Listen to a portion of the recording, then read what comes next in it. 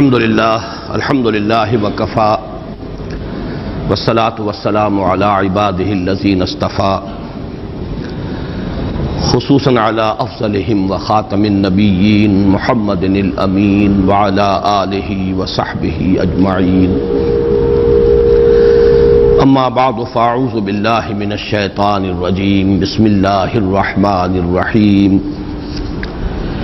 قل هو اللہ احد اللہ الصمد لم یلد ولم یولد ولم یکن له کفوا احد صدق اللہ العظیم رب اشرح لی صدری ویسر لی امری واحلل عقدۃ من لسانی یفقہوا قولی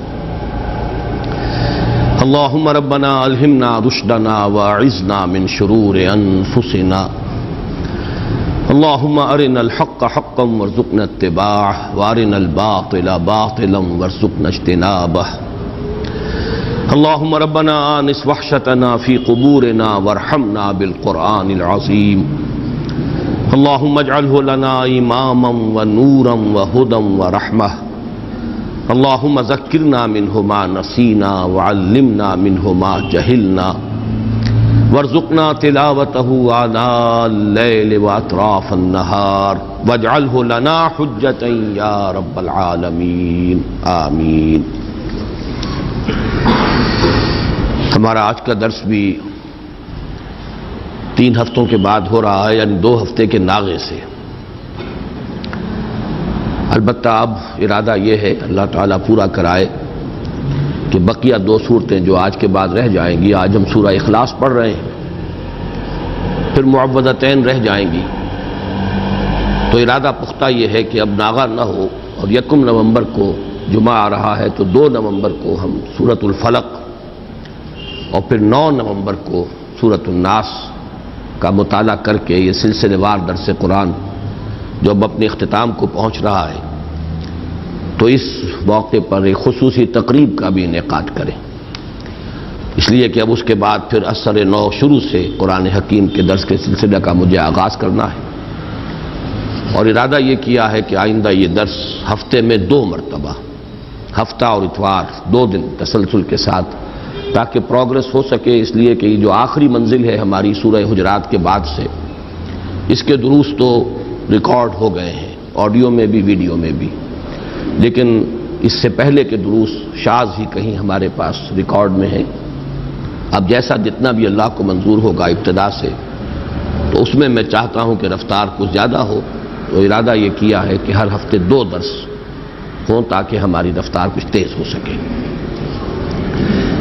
ایک نقطہ میں نے اس سے پہلے 2 مرتبہ بیان کیا ہے، آج 3ری مرتبہ دہرا رہا ہوں۔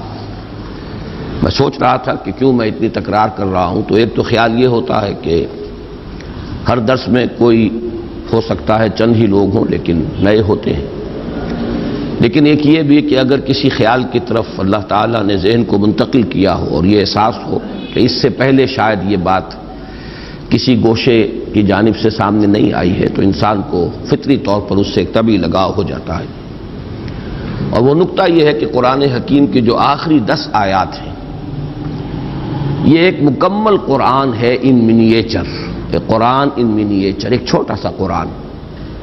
اور یہ کیوں ہے؟ اس لیے کہ ظاہر بات ہے، وہ جو مصرع زبان پر آ رہا ہے کہ بزم میں اہل نظر بھی ہیں، تماشائی بھی، انسانوں میں عوام بھی ہوتے ہیں، خواص بھی ہوتے ہیں، سنجیدہ طالب علم بھی ہوتے ہیں، اور ایسے بھی ہوتے ہیں کہ جو علم سے یا کوئی طبعی مناسبت نہیں ہوتی یا اتنے مواقع انہیں نہیں ملتے، تو پورے قرآن کا پڑھنا، اس کا سمجھنا، یہ تو ظاہر بات ہے کہ سب لوگوں کا نصیب تو نہیں ہے، لیکن یہ کہ یہ 10 صورتیں چھوٹی چھوٹی صورتیں یہ ایسی ہیں کہ جو اکثر و بیشتر نمازوں میں پڑھی جاتی ہیں۔ عام آدمی بھی ذرا سا بھی اگر مس ہو، لگاؤ ہو، کوئی دلچسپی ہو دین سے، تو ان 10 صورتوں کو تو یاد کر لیتا ہے۔ یہی وجہ ہے کہ تراویح کی نماز میں جہاں کوئی حافظ نہیں ہوتے، یا آخری ایام جو ہوتے ہیں ختم قرآن کے بعد، پھر ان میں انہی 10 صورتوں کو 2 مرتبہ پڑھ کر 20 رکعتوں میں وہ جو تلاوت کی جاتی ہے۔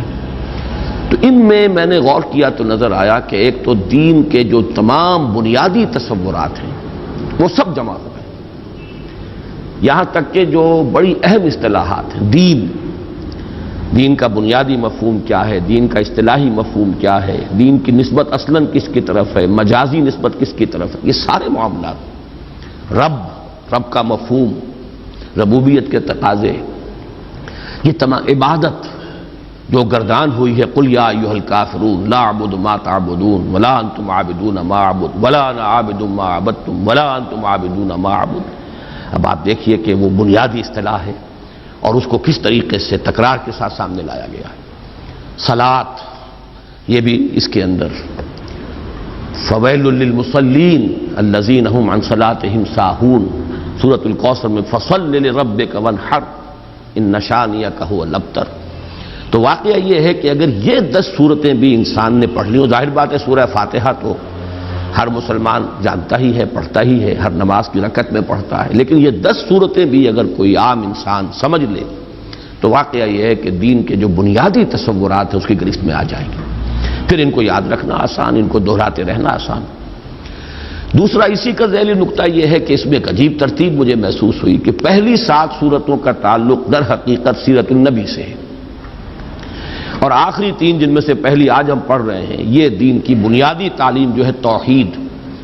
عام طور پر سمجھا جاتا ہے کہ صرف سورہ اخلاص توحید کی صورت ہے، اصل میں معوذتین بھی توحید ہی کی صورتیں ہیں، یہ میں بعد میں بیان کروں گا، اس لیے کہ در حقیقت سورہ اخلاص کی جو دوسری آیت ہے، اللہ الصمد، اللہ ہی وہ ذات ہے جس کی پناہ طلب کی جا سکتی ہے، جس کی طرف رجوع کیا جا سکتا ہے، جس کی پشت پناہی جو ہے چاہی جا سکتی ہے۔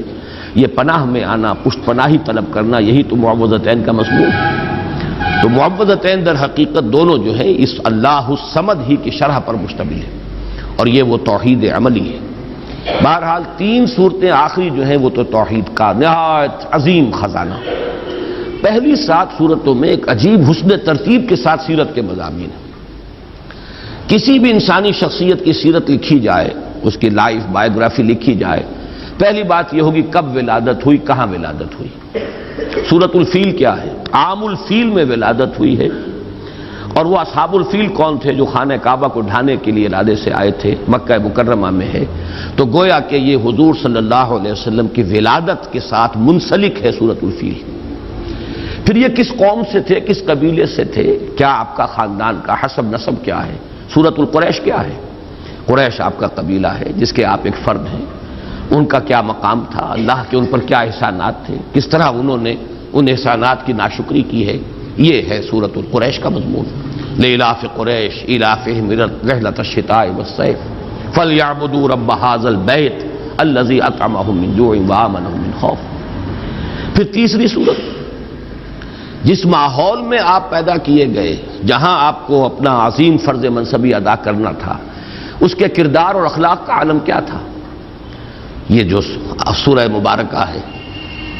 أرأيت الذي يكذب بالدين فذلك الذي يدعو اليتيم ولا يحض على طعام المسكين فويل للمصلين الذين هم عن صلاتهم ساهون الذين هم يراءون ويمنعون الماعون۔ یہ سارا کس کا بس بیان ہو رہا ہے؟ اہل مکہ کے حالات، ان کی اخلاقی پستی، دینی اعتبار سے جو زوال وہ آ چکا تھا، دین ابراہیمی کے جو مس کر چکے تھے، نماز کا حلیہ بگاڑ چکے تھے، کوئی نیکی تھی تو صرف ریاکاری کی نیکی تھی، حقیقت بر سے بالکل محروم۔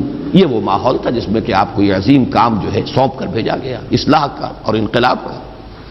پھر آپ کا ذاتی مقام و مرتبہ کیا ہے؟ انا اعطیناک الکوثر فصل لربک وانحر۔ اسی میں یہ کہ مخالفت ہوگی، لیکن آپ کے مخالفین خائب و خاسر ہوں گے، ناکام ہوں گے۔ ان شانئک هو الابتر۔ قل یا ایھا الکافرون کیا ہے؟ جب یہ مخالفت اور یہ تصادم، کشاکش حق و باطل کی اپنی انتہا کو پہنچ کر پھر ذرا نرمی پر آئی ہے اور مصالحت کی باتیں شروع ہوئی ہیں، تو یہ اعلان برات، قل یا ایھا الکافرون لا اعبد ما تعبدون ولا انتم عابدون ما اعبد، یوں سمجھیے کہ پورا مکی دور اس میں آ گیا۔ اور آخری 2 صورتیں یہ انجام ہے، جیسا کہ میں عرض کر چکا ہوں، یہ ایک آیت کو 2 حصوں میں تقسیم کر دیجئے، جو سورہ بنی اسرائیل کی آیت ہے، قل جاء الحق وزهق الباطل اذا جاء نصر اللہ والفتح ورأیت الناس يدخلون فی دین اللہ افواجا۔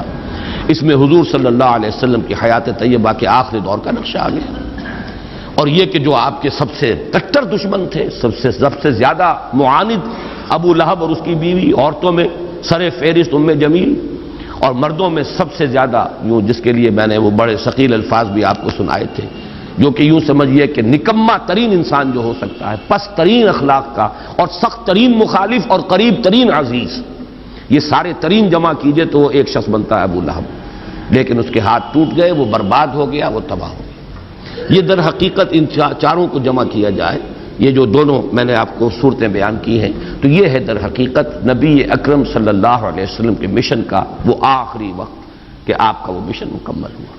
تو یہ 7 صورتیں در حقیقت حضور صلی اللہ علیہ وسلم کی سیرت کے ساتھ متعلق ہے۔ باقی جو علم کے موتی ہیں، معرفت کے اعلیٰ علمی مضامین جو ہیں، وہ ان سے قطع نظر، وہ تو جو بھی ہے ہمارے ان دروس میں بیان ہو گئے ہیں۔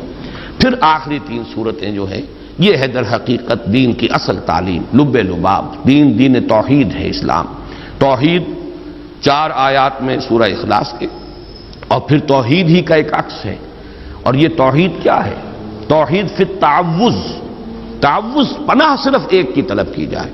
جیسے آپ کو معلوم ہے کہ توحید ہی کا تقاضا ہے توکل، توحید فی التوکل، بھروسہ سوائے اس کے اور کسی پر نہ ہو، اللہ تتخذوا من دونی وکیلا۔ اسی طرح یہ توحید تعوذ میں کس سے پناہ طلب کرو گے؟ استعاذہ، کون تمہیں پناہ دینے کی قدرت رکھتا ہے؟ قل اعوذ برب الفلق، قل اعوذ برب الناس۔ تو یہ چند نکات ہیں کہ جن کی طرف ذہن منتقل ہوا، اور میں نے چاہا کہ آج پھر آپ کے سامنے ہی بیان کر دوں۔ ایک دوسرا اہم مضمون جو میں بیان کرتا چلا آ رہا ہوں، وہ یہ ہے کہ ان 10 صورتوں کے اندر ترتیب یہ ہے کہ پہلی 4 صورتیں تو نمایاں طور پر جوڑوں کی شکل میں ہیں۔ سورۃ الفیل، سورۃ القریش، وہ سمجھیے ایک ہی مضمون ہے، ایک ہی تصویر کے 2 رخ ہیں۔ پھر اسی طریقے سے اس سے اگلی صورت جو ہے وہ ارایت الذی یکذب بالدین، سورہ معون، اور سورہ کوثر، یہ بھی ایک ہی تصویر کے 2 رخ ہیں۔ ایک کردار وہ ہے جن سے ثابتہ ہے محمد الرسول اللہ صلی اللہ علیہ وسلم کو، ایک مقام اور مرتبہ ہے محمد الرسول اللہ کا، یہ بھی ایک ہی مضمون ہے، جوڑا ہے۔ البتہ پھر سورہ کافرون ایک منفرد مزاج کی صورت ہے۔ اگلی 2 صورتیں نمایاں طور پر جوڑے کی شکل میں ہیں، جاء الحق وزهق الباطل، یہ در حقیقت ایک ہی تصویر کے 2 رخ ہیں۔ حق آ گیا، حق کو غلبہ ہو گیا، اللہ کی مدد آ گئی، اللہ کی نصرت آ گئی، اور لوگوں کو دیکھا کہ وہ فوج در فوج داخل ہو رہے ہیں اللہ کے دین میں۔ اور اسی بات کو تبت یدا ابی لہب وتب، انجام جو ہے حق آیا ہے تو باطل گیا ہے، روشنی آئی ہے تو ظاہر بات ہے کہ اندھیرا بھاگ گیا ہے، وہ ہے تبت یدا ابی لہب۔ تو یہ دونوں صورتیں ایک جوڑے کی شکل میں ہیں، لیکن سورہ کافرون یہاں منفرد مزاج کی حامل ہے۔ اسی طرح سورہ اخلاص یہ انتہائی منفرد ہے، یہ تو گویا کہ توحید کے مضمون پر مشتمل ہونے کے اعتبار سے بھی گویا کہ تقاضا بھی یہ تھا کہ یہ منفرد ہی ہو، اس کا جوڑا کوئی نہ ہو۔ اس سے بھی آپ کو معلوم ہے سورہ یاسین، یہ جب ہم وہ حصہ پڑھ رہے تھے قرآن مجید کا، جو میں نے بیان کیا تھا، اس کا کوئی جوڑا نہیں، وہ قلب کے مانند ہے۔ وہ جو صورتیں وہاں 13 صورتیں آئی ہیں، ان میں یہ درمیان میں یہ سورہ مبارکہ جو ہے ان کو اس طریقے سے رکھا گیا ہے، بلکہ 21 صورتیں ہیں، وہ دو گروپس جو ہیں مکی صورتیں، 10 ادھر اور پھر 10 ادھر، درمیان میں یہ سورہ یاسین ہے پریزائڈنگ پوزیشن میں، اور وہ بالکل منفرد ہے۔ اسی طرح سورہ اخلاص منفرد ہے۔ اگلی 2 صورتوں کو اندھا بھی جانتا ہے کہ یہ جوڑا ہے، معوذتین نام ہی ان کا جو ہے، 2 صورتیں جن میں تعوذ کی تلقین ہوئی ہے، قل اعوذ برب الفلق، قل اعوذ برب الناس۔ تو یوں سمجھیے کہ یہ آخری 6 صورتیں جو ہیں 2 سہ سوروں کی شکل میں ہیں۔ یہ سہ سوروں کی شکل میں ہونے سے اب ایک نقشہ بھی میں نے بلکہ آج اپنے کاغذ پر تو کھینچا تھا کہ اگر آپ 2 مثلثیں ساتھ ساتھ ڈرا کر لیں، ایک مثلث ادھر ہے، ایک مثلث ادھر ہے، تو یہ سہ سوروں کو ریپرزینٹ کریں گی۔ پہلا سہ سورہ ہے کافرون، نصر اور لہب۔ کافرون ہے اوپر پریزائڈنگ پوزیشن میں، اور اس کے ساتھ متعلق ہے جوڑے کی شکل میں سورۃ اللہب اور سورۃ النصر۔ ساتھ ہی دوسری مثلث ہے سورہ اخلاص، یہ ہے پریزائڈنگ پوزیشن میں، اور ان کے ساتھ جوڑا منسلک ہے معوذتین۔ اگر ان دونوں ٹرائنگلز کو، دونوں مثلثوں کو آپ برابر رکھیں گے تو خود بخود ایک بات ابھرے گی، اور وہ میں اب چاہوں گا کہ اسے دوسرے اعتبارات سے بھی بہت واضح کر کے آپ کے سامنے رکھوں، کہ پھر بڑا گہرا ربط قائم ہو جاتا ہے سورہ کافرون میں اور سورہ اخلاص میں۔ یہ دونوں پریزائڈنگ پوزیشن میں ہیں، ان 2 سوروں میں، 2 سہ سوروں میں، دونوں ٹاپ کے اوپر ہیں۔ ادھر سورہ کافرون ہے، ادھر سورہ اخلاص ہے۔ کافرون کے ساتھ متعلق سورۃ النصر، سورۃ اللہب، سورۃ الاخلاص کے ساتھ متعلق سورۃ الفلق، سورۃ الناس۔ یہ دونوں جو ٹاپ پر ہیں، ان کے مابین جو ربط ہے ذرا اس کو آپ سمجھیے کہ کس کس اعتبار سے۔ اب نوٹ کیجئے، حضور کا عام طور پر معمول جو تھا، قرآن مجید کی قرأت جو آپ نماز میں کیا کرتے تھے، تو وہ قریب کے جوڑے آپ لیتے تھے، سورۃ الاعلیٰ اور سورۃ الغاشیہ۔ حالانکہ سورہ غاشیہ بڑی ہے تعداد آیات کے اعتبار سے، لیکن یہ کہ جمعے